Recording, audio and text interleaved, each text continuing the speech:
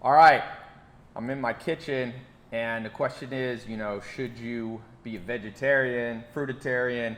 Should you eat paleo, Atkins? Didn't mean to do my middle finger there when I was counting. For today's book of the day, I was reading Eat the Yolks.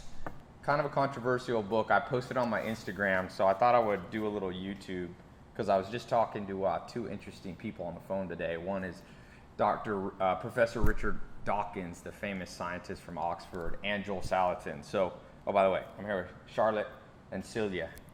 She's Norwegian, but not me, Celia. That's a good laugh. She has a very hearty laugh. It's a Viking thing. It's a Viking thing. So I posted this, and I posted this on my Instagram, and I said, I'll read you a little bit what I wrote here. It's kind of interesting what she said. So the author says we need fat. So she says you should eat, she says don't be vegetarian. Now, you might want to argue that, but I always try to read both sides. The billionaire Charlie Munger, one of my favorite guys, he says, never take a position until you can argue both sides better than your opposition, right? So even if you're vegetarian or you're paleo already, you should, you really want to build a deep knowledge base. So she says that the reason you want to eat the whole egg is that you need fat. So she wrote, when our bodies don't have the nutrients from fats for basic tasks like cellular repair, hormonal function, or even damage control, they let us know. Appetites increase. We're driven to eat more. So her big thing is that the reason that I think now 70% of Americans are fat, you guys are not fat, you guys are doing good. California has more in shape people. I was on a plane the other day and I went to, where did I go? Omaha, Nebraska. Does not look like California in the airport, but the reason, if you look at the food, the restaurants there wasn't one, even if you wanted to eat remotely healthy, it was like Taco Bell, Pizza Hut, McDonald's, and a bar. I was like, holy crap. So there was a guy from New Zealand there was like, dude, I've been starving myself because I can't find any healthy food here. Not to pick on you if you're from Omaha, but conventional wisdom in this book, she says, is that it's all about calories and it's all about fat reduction. And she says it's not that way because if you cut your fats, you basically don't create satiation and you get hungrier and you eat more empty calories. So I thought that was interesting. Now, willpower. A lot of people think you want to lose weight. It's all about willpower. She says it's hormonal imbalance. That's the problem. So she says since leptin, which is one of the hormones that you have, is what gives us a feeling of satiation, our hunger becomes excessive and relentless when we don't have that leptin hormonal balance correct. So that was pretty interesting. The last thing she says is natural unrefined fat is perfectly healthy, especially fat from properly raised animals. So make yourself a latte, pour in the cream, and enjoy your 3-egg omelet. Now, I'm going to read you what people, opposition. So I get a lot of people say, that's bullshit, Ty. What about the China study? So the China study, you know what the China study is? Oh, how it's like you use, because we're born to like open nuts and stuff, so we shouldn't. That is one synopsis of the China study. Basically studying like people in Asia that ate much less animal products and they lived longer. And I was asked that today on the phone with Joel Salatin, who's a proponent of eating healthy, grass-fed, pastured beef and all this. And he says almost everything about the China study has been debunked.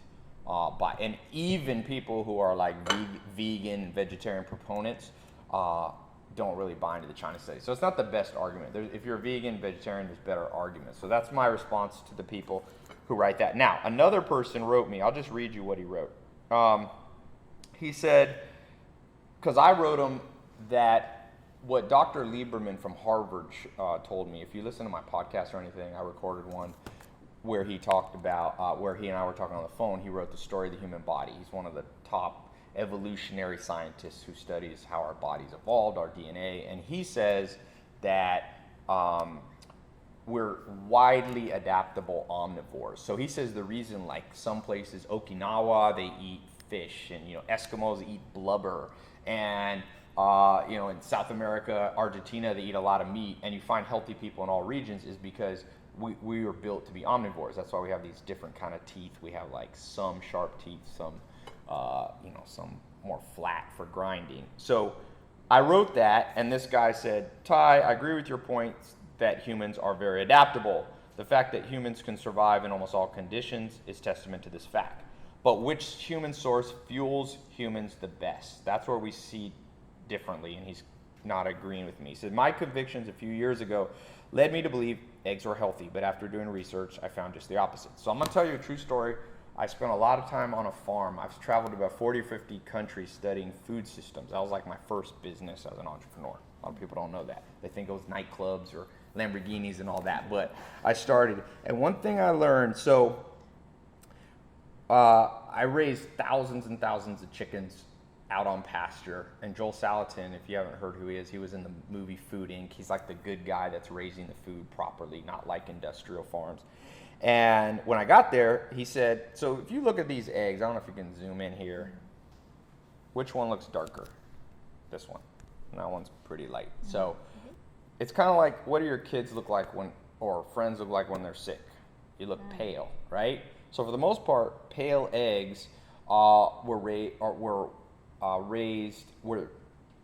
the product of chickens raised without grass. So I wrote this guy back and I said, yes, so I understand that you found in your research that eggs aren't that healthy for you, but I said, but what percentage of the chickens that laid the eggs' time was spent on pasture?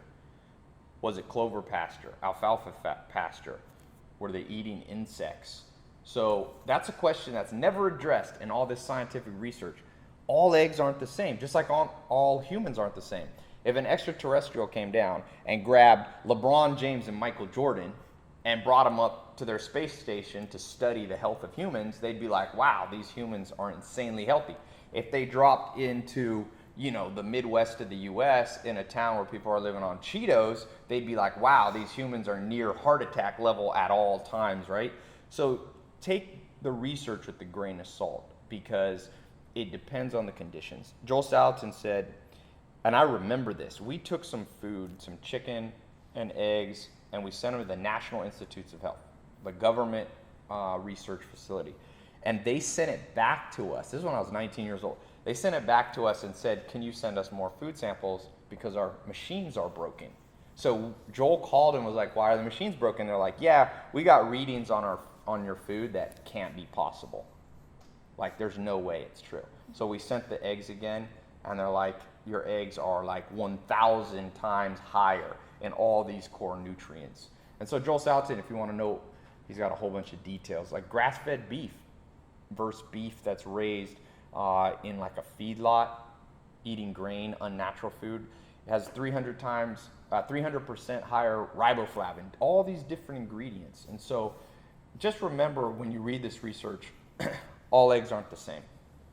And by the way, if you're vegetarian or vegan, I don't think diets are like cults. You really can't change anybody's mind. All I'm saying is learn both sides, and this also applies to vegetables. Food grown on glacier soils, and you're from Norway. One of the reasons Norwegians are so healthy is the soil comes from many millions of years of glacial, basically, without getting too complicated, glaciers moved across Norway and grinded up this soil and made it very fine and very fertile.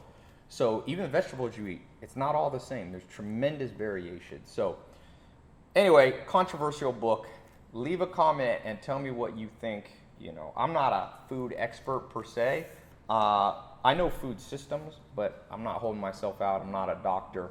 But I do like to read books, and this was today's book of the day. What do you guys eat? Eat? Yeah. I like eggs.